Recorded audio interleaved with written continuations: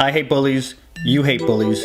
Nobody likes bullies. And see, what sucks is it's hard to go to a teacher. Because if you go to the teacher and the teacher goes to that bully, guess what? That bully is gonna come at you 100 times harder. Plus, that's not how I was raised. My hood would never let me be no snitch. Me and my homies, we robbed a bank once. I got busted. Granted, it was on Grand Theft Auto. And yeah, I was only in jail for like 5 seconds, but still, I ain't no snitch. There was this kid, Jonathan. I was in 7th grade, he was in 9th grade. This dude would constantly harass me, flick my ear, pull chairs off from underneath me when I'm trying to sit, punch me in the shoulder. One day in the hall, this dude hit me so hard in the back of the head, I legit forgot where I was at.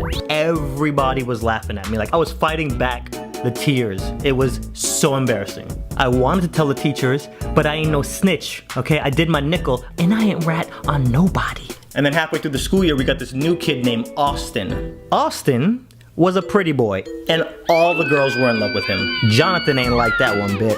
He took all that energy he was focusing on me and shifted it to Austin. After Jonathan stopped bullying me, like my mom would be driving me to school and I'd be like, "Do you smell that, Mom? Do you smell that? You know what that smell is? It smells like freedom."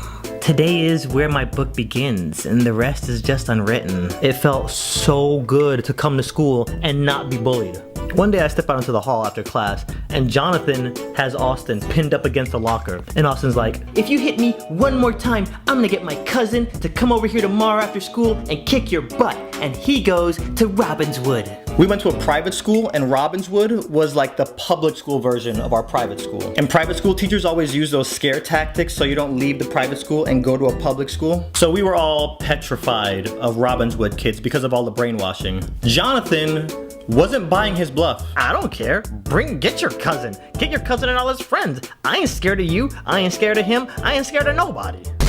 So the next day, school ends, and I step out the gym, and I see Jonathan sitting on the patio, and I'm like, let me just get comfortable. And then about 10 minutes later, guess who comes walking around the corner off the street? Yup, Austin. And guess who he's with? Yup, his cousin. And I'm like, oh dang, junk is about to get raw. I just see Austin's lips move, and then his cousin did like this power march toward Jonathan. And Jonathan steps away from the group, and his face just turns white. As his cousin gets closer, he puts his hands up like, hey, listen, man, listen. His cousin doesn't say a word. Bow! No questions, son. Punched him right in his muffin. He was like, bam, ding, ding, ding, ding. It was over. I wanted to run over and be like, boom, headshot, MLG Pro. Look at me, look at me. He is the captain now, okay? And you know, I thought that was it, like fight's over.